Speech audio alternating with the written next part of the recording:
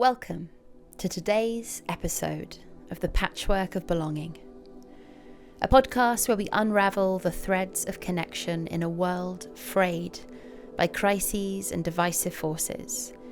Together we journey in every episode alongside grassroots activists, climate refugees, artists, farmers and cultural custodians, reclaiming their heritage in an exploration of what it means to find new and rediscover old ways to belong and find connection in these trying times. Join us in this radical act of storytelling, amplifying marginalised voices and envisioning a resilient, interconnected future our hearts know is possible.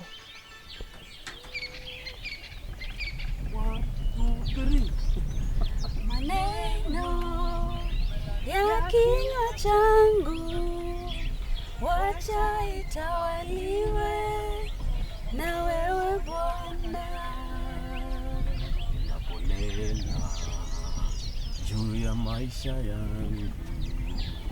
This week we have Sisters of Seed with my dear friend and fellow seed enthusiast, Tala, also known as Milka Chepkorir Kuto.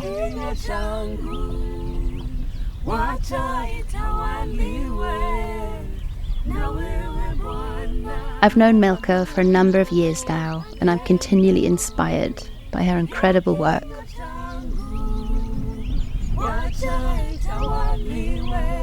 I spent a few days with Tala and her beautiful sisters at their family home near Kitale, which is about 400 kilometres from the centre of Nairobi. And together they're creating a project to revive indigenous seed varieties and create community plant nurseries. It's absolutely beautiful where Milka lives. Her house is surrounded by palm trees and papaya, and seeing the resilience of her and her sisters was beyond inspiring.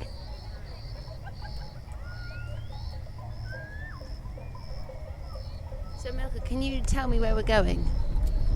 So we are going to Kabalet. It is where the Sengwer of Trans Nzoia are living. It's where I was raised and we grew up, and all our family is there. And so we're going there. It's just up the hills as we go up. Can you tell me exactly where is it? Where is it in Kenya? So it's on the western side, general western side of Kenya, but it's a little bit northwest. Yeah, but general west side of Kenya, close to, it's opposite Mount Elgon. So the signature really should be Mount Elgon because it is, I think, the third tallest mountain in Kenya, if not the second tallest mountain in Kenya. So it is to the west, and Cherangani Hills is to the east, and that's where we're going to be. Yeah. So we're going along a bumpy track. You can probably hear from the background, and it's absolutely beautiful, deep red soil, and surrounded by lots of banana trees, and there's lots of maize, but a lot of the maize is not indigenous. Most of it is hybrid, is it Terminator maize, so it's beautiful to look at, but actually you realise that the seed it's been planted with is Terminator, which means that you can't save the seed, you can't continue it. It will just, you plant it but nothing happens.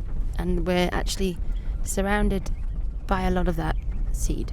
And this region is mainly the maize growing region in Kenya. We call it the Kenyan food basket because it's where we get most of the maize that feeds the country.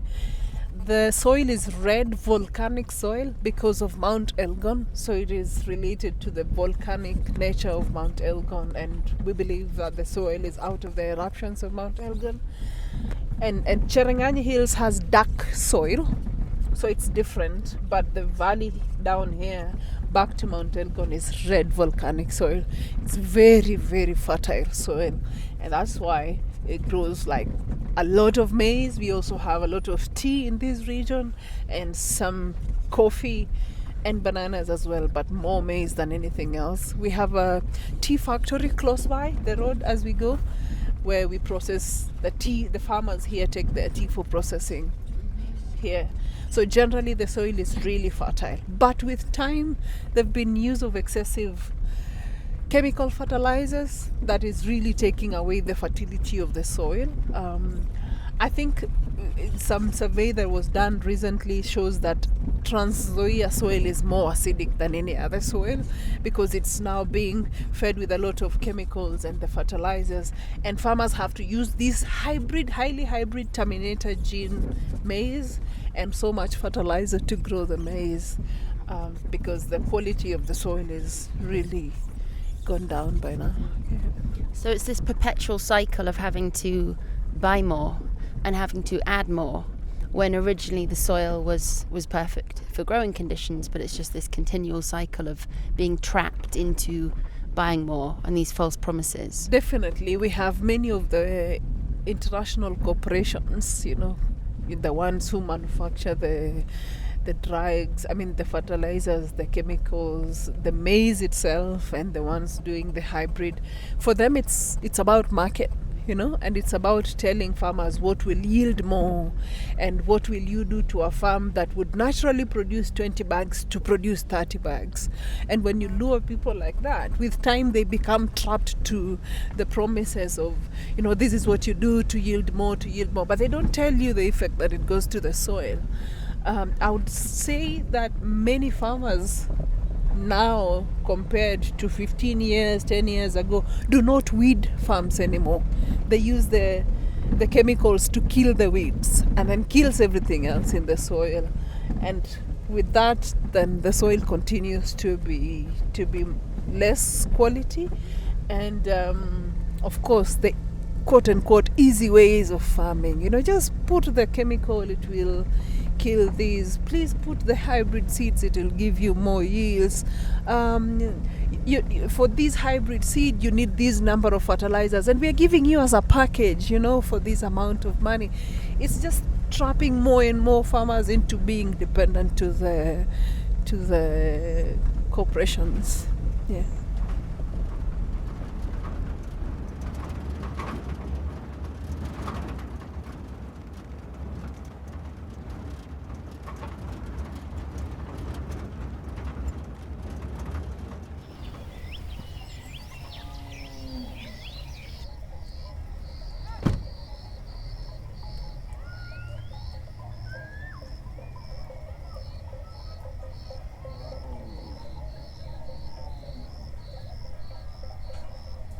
We are currently surrounded by the sound of chickens, lots of birds. We're in Milka's home, and it's one of the most peaceful places I've ever been.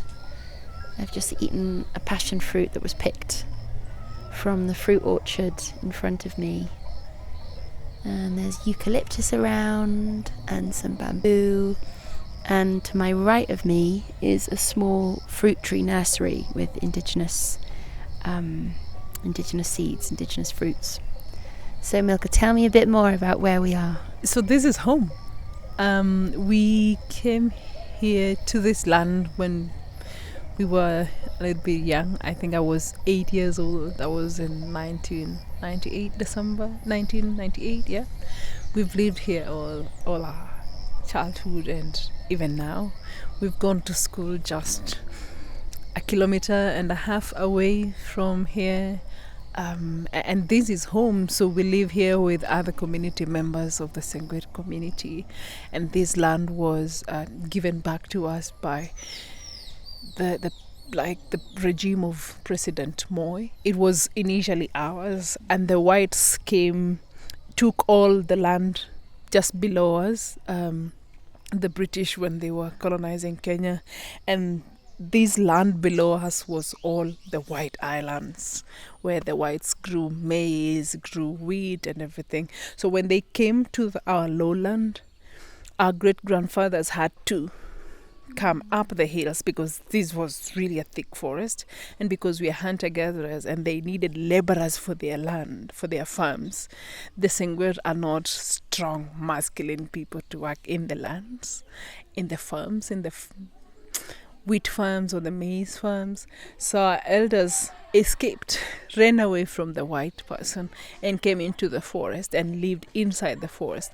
And so the white person gazetted the hills, the whole of the hills, as public forest, gazetted forest, with our elders in. And so during those times in the past, the Kenyan government and even the whites, before they went, evicted our community members and our great-grandparents from this region. And they planted cypress, pine and eucalyptus on the region that we are in right now. It's just a stretch alongside the indigenous forest. So when they came up to plant the exotic trees here, our ancestors, our great-grandparents went further in to the indigenous forest in. And when Kenya gained independence, those same elders started to follow up with the government to want to come back home, because this is home. My father was born just before we came up the road. There's a homestead that is on the right side. That is where my father was born. And it was just before the colonizer came through to push them up the hill. So my grandmother actually died here. We are told she died just up the hill as you go up here.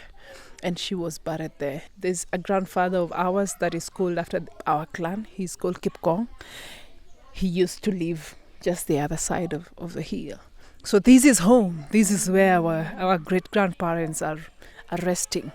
They're in this soil. So our elders followed up with the government, the independent government, to want to come back home.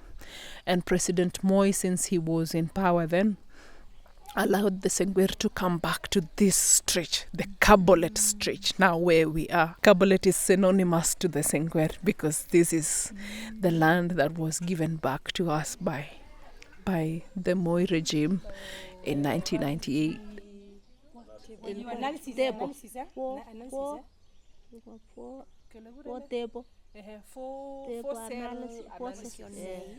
Milka Chepkorir Kuto, a Kenyan from Sengwer, Cherangani, Makutano Ward, Trans Nzoia County, Kenya.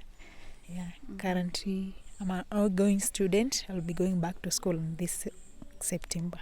Yeah, and I'm doing this small farming while I'm at home. So when I'll be back at school, and study, then come back to see this small farming, fruit farming. Yeah. Yeah. So can you tell me a little bit about what you have here? What do we see in front of us, if you could describe it? I've got some fruit seedlings, yellow passion, purple passion, the tree tomatoes, and indigenous tree is called lamai. This one that you can see. We call them lamai in our tribe, but English word, don't know. Then the tomato, that one you call it the strawberry. I'm trying to supply it, making some seeds so that I can make it at least a bigger farm. Yeah. Currently, as you see, our women back at our villages, they need to have those small farming about these whatever fruits. So I was trying to keep these seedlings so that I can supply to them, so that they can have some income from whatever they've planted, from their harvest. Yeah. And in general, what do you think is a threat to indigenous seeds in Kenya? Due to the foreign seeds that are being imported back to Kenya, I can see that our indigenous whatever seeds are going to disappear if we are not going to keep them, and we're not going to harvest them and keeping from one generation to another. We are going to get loss of those whatever the indigenous seeds, indigenous plant. And we don't want that. Yeah. And why is it important for you, sort of even just spiritually or whatever, why is it important to you to keep indigenous seeds? Because according to us, especially the indigenous people, we survive with our indigenous things. We believe that when we throw those things, it is against our culture. Yeah, so it is better for us to keep them so that we can use them from one generation to another. The next generation, when it will come, then if we didn't take serious of these whatever fruits, the next generation will not know about the certain species of a plant that it was medicinal, it was a fruit, though it's a wild fruit, but through us, we use it as food at some point. Yeah. People trust in seeds company, most of them. That's what I can say. The modern seeds from outside country, or the Kenya Seed supplies seeds to the Kenyan people. So for me, there's no that awareness. It's not enough for these people. Yeah. Let's keep our indigenous seeds, our normal seed that we harvest. Let's not depend on the modern things. It will be very important when we keep them, because I know the generation is still there. So when we ruin these whatever seeds of ours, we will not have them anymore in the near future. So it's better for everyone to keep the seeds that they know, the profitable one. Yeah, it's better for them to keep. Yeah, medicinal, whether the food, the trees, the wild fruits, whether the normal fruits that we keep back at home, not that we depend from the government to supply for us everything. We need to harvest our own seed, keep our own seed, do the reproduction every now and then. It will be better. Yeah, and easier, even for the vulnerable people. Yeah. Welcome. Do you mind if I take a photo? Yeah. Okay, so that we have a document. Yes. Let me remove this one.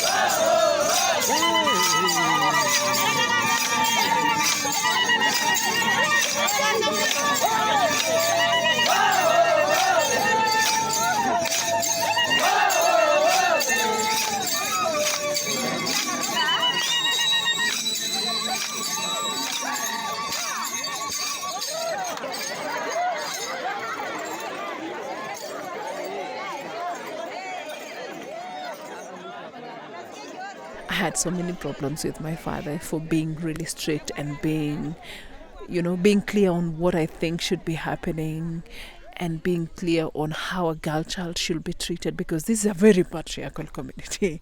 How the girl child is treated in this community is not the right way. And I got into a lot of problems because I knew there was a lot of things that are not happening in the right way, and I would challenge him many of the times, and he would get so angry. Oh my goodness. We crossed paths so many times, but fortunately before he died, he actually really acknowledged that I was tough for a good reason, that this community of course needed people who were liberal enough to do things. And he, towards the end of his life, like a few years before he died, he was really a good person to the earth, to the planet. Most of the trees you see planted on the hills, in the 5 villages that we live in, it's him who propagated the trees just behind you in the tree nursery where we have the fruit tree nursery now. He used to put a lot of indigenous trees, sometimes even the eucalyptus that we've planted, because he was like, we need to take care of the land. We need to make sure that we are leaving the planet better for our children.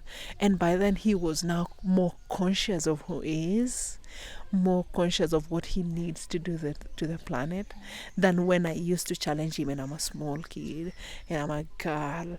Who are you challenging? Who are you telling this, But with time he became a really good ambassador of the planet. And he left it with us, or maybe it is in our blood, I don't know. We were speaking with another woman just 2 days ago, and he said, you know what, your father did not die, he's still here with us, and I'm like, yes, he's still here with us. Because now, especially when the women are leading this regeneration of food systems, regeneration of the places that we've really degraded with time, regeneration of our indigenous ways of life and our language, everybody is like, but this is what Milka's father used to do. We should have just helped him and picked up from where he left a long time ago. But thank goodness we are starting it now.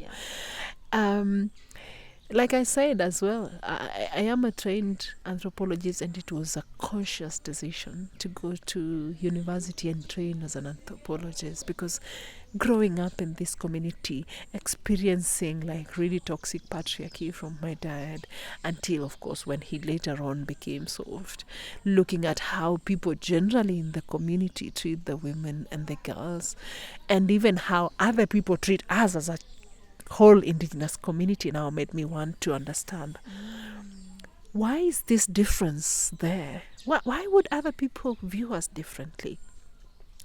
Why is our education not the same as us? Why do we have to go to school in muddy roads? Even if it's not about muddy roads, then just why are we not like any other, Why are we being laughed at school? There were many times when there was this shaming disc that and label that you have to wear on your neck when you speak your mother tongue. And you would be beaten for the how many times you've been made to wear it. And just to clarify, okay, that's in school. If you were speaking your native tongue, which is, remind me? Sengwer. Which is Sengwer, of course, sorry. So if you're speaking Sengwer, let me just get this straight. You were speaking Sengwer in school, which is your native tongue. You would have to wear this around your neck. Yes. And everybody else, of course, if they speak their indigenous language. Because the education system came through with rules to say that people have to speak English 4 days in a week. And one day, it was on Friday, to speak Swahili. So we are home, and our grandfather, our late grandfather, we buried him there, is speaking to us in Sengwer.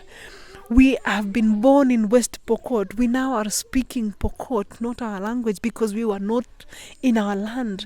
Finally, we are home. We should be speaking our language. But you go to school and you're caned and you're shamed for speaking Sengwer. And that's the reason most of the youths my age downwards do not speak Sengwer. Most of them.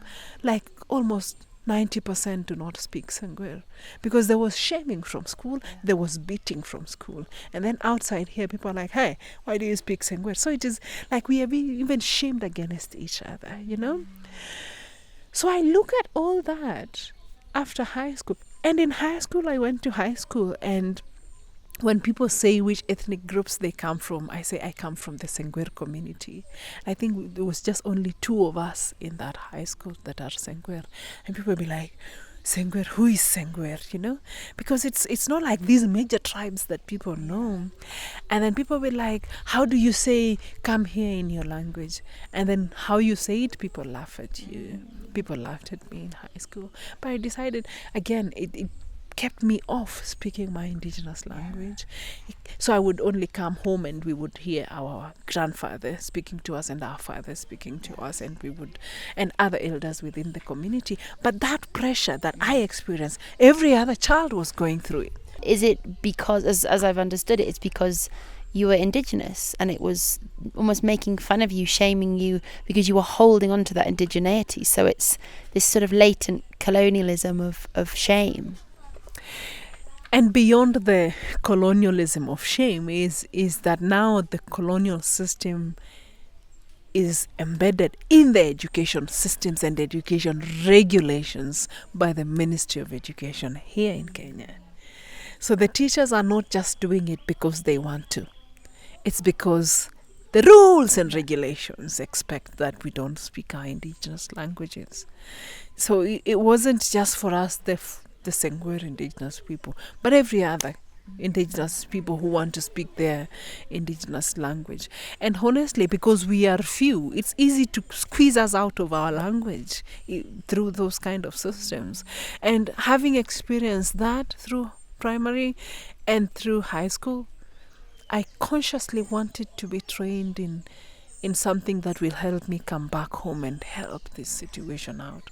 And so I went to do anthropology because I wanted to understand how do the other humans process who we are, and why do they have to treat us like they are treating us? Can I be in a better position to build our own resilience, or even to say to our elders and everybody else, no, we are fine, These are just things to break us, but we need to be more strong. We are fine to be who we are, no matter the shaming, no matter the beating that comes in schools. And because the beatings and the shaming on our language and everything else has come to infringe on our language so fast, we have our elders, we have the elderly in the community that are speaking our language very fluently. What happens to them is that old age is catching up with them, disease is catching up with them, the foods that are not indigenous with a lot of chemicals is making them sick. So most of them are dying. So we are literally having our libraries burning,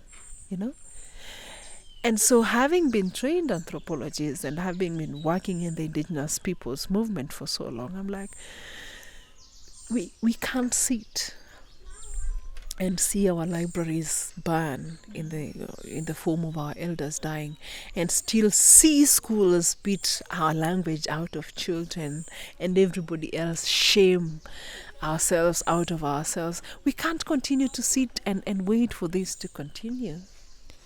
We need to call on the existing elders now to make sure that we are passing on the knowledge, the language. Of course, the language first, because it's what comes with everything else.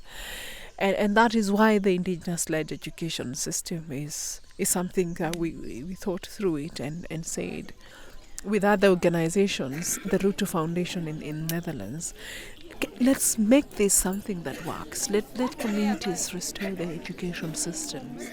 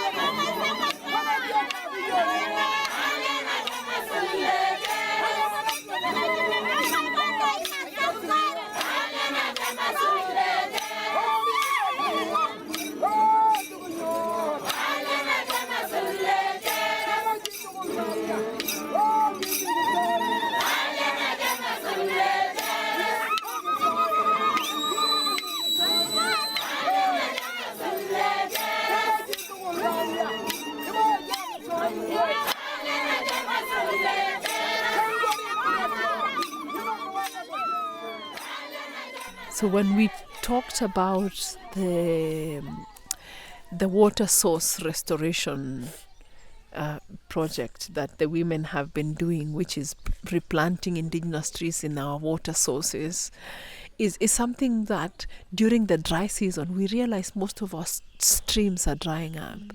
And I went to the women, asked them, if we lose all our streams here, who will be walking more far down or whatever, looking for money, looking for water? It will be you women, right? But again, who is the one actively cutting down the trees to clear the lands to do? Then it is the men. So we realize that we need to, yes, women, because you will suffer when water is there because of your gender roles. You be the ones to lead this because you know where it pinches most.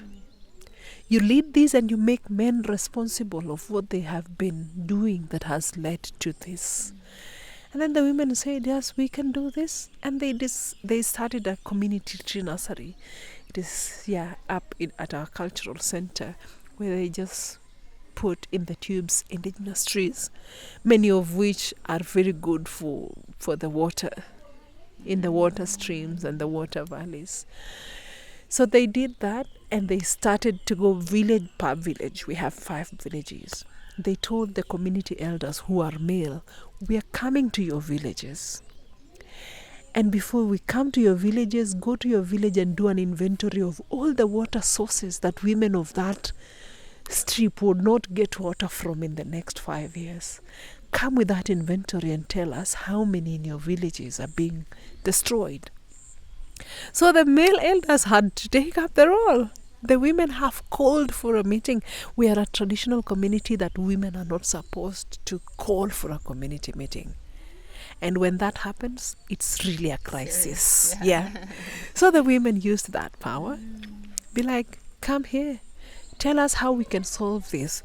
We are doing the tree seedlings for you. Go do the inventory. We will come to every village. And the village members have to be cooperative and tell us which parts are we restoring first. They went in all the villages. They planted trees in all the water sources. And the trees, I think they're now like 2-3 years old. They're growing. And so when that was done, we now had to come back, be like, even if we planted those trees and we are still spraying the chemicals and using the fertilizers on our land, the water will be dirty. We'll still be drinking chemicalized water. So what do? We're like, can we restore our food systems? Yeah, we go with that. And because they are a command now, the women are a command, because now they're doing a lot in the community, things that the males cannot afford to sit back and be like, no, we're just sitting. No, you have to be part of it. And the other day, the youths were like, we have more energy than anybody else. If we can help our mothers to take this forward, then even the better, because they are the ones who spray the chemicals on the land. So about them and learning also that. And the women are doing really great job. I can't wait to see what happens in the next 3-4 years in terms of our food system and in terms of our language and in terms of the restoration of the knowledge that we have on our traditional medicine and restoring the fabric of our community, and making sure, of course, that the very educated ones or the slightly educated ones do not think that they are important than the elders and others in the community. Because what has come with formal education is competition, like I said.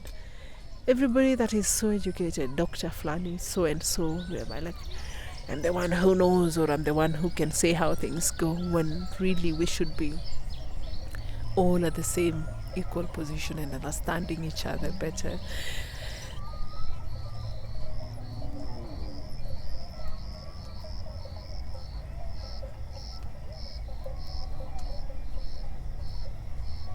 So, what's your name?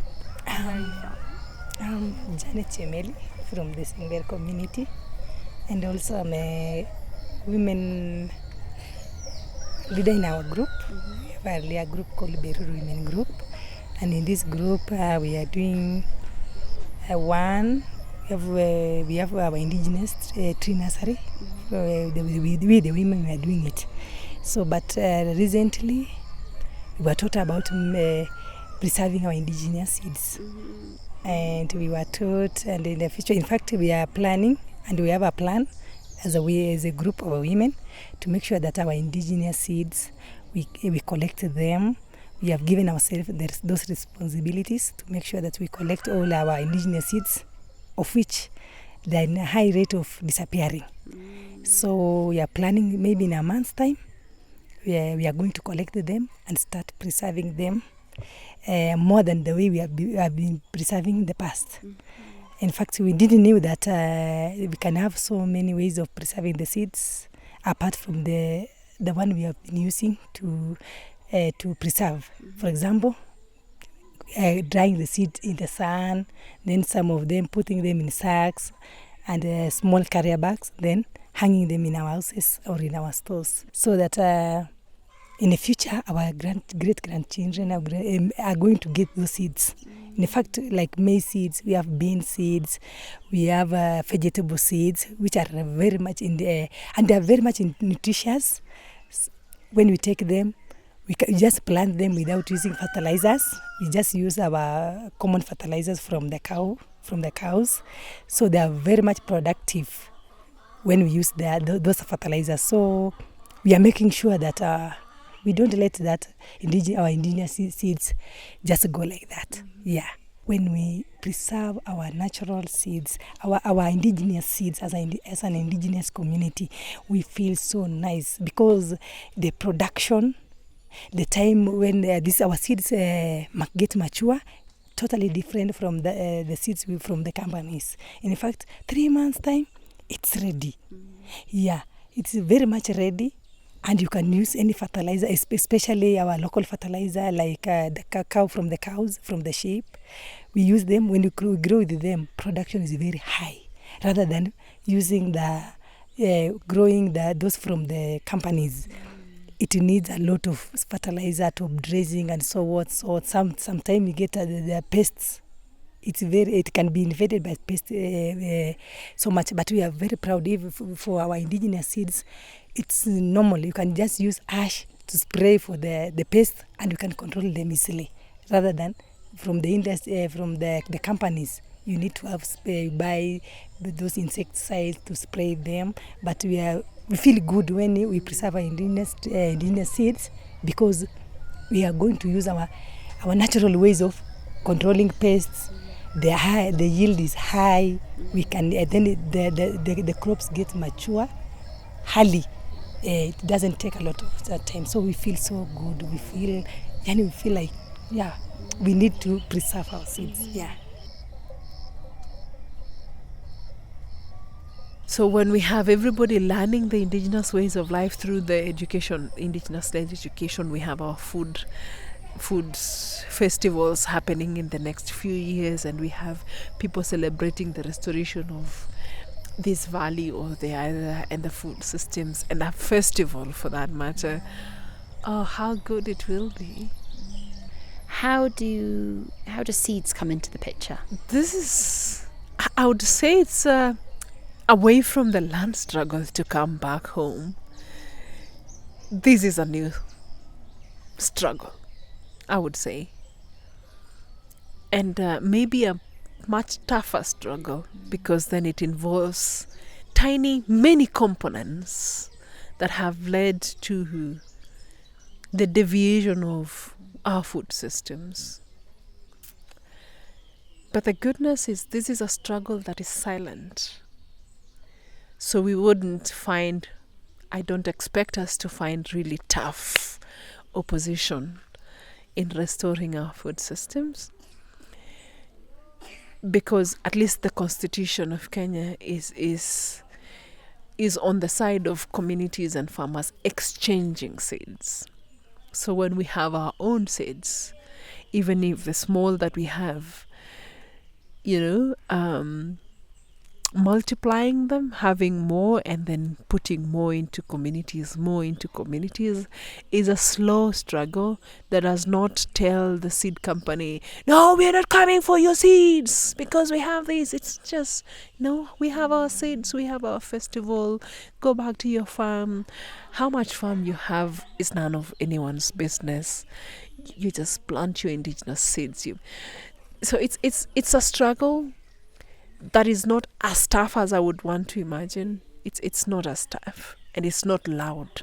So it's not going to be, I don't envision many oppositions or hardships in restoring this. How we are also making sure that we don't find those oppositions is because people are planting the hybrid seeds to get more yields, to sell, to get money, to pay school fees, to pay other things.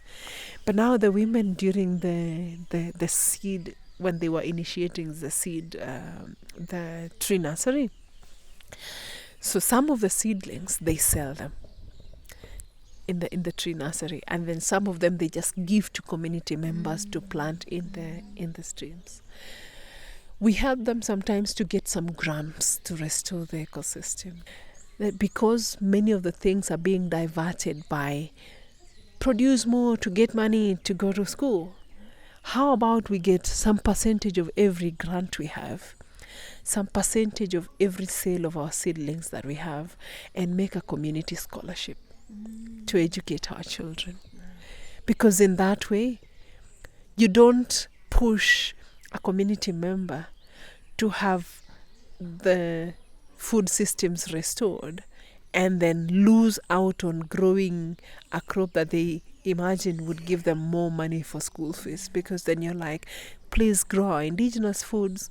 If your kid is in school and we have like 5,000 to help you with paying school fees, then they are helping to pay the school fees. So it is empowering ourselves from within than looking out to think some help will come from outside.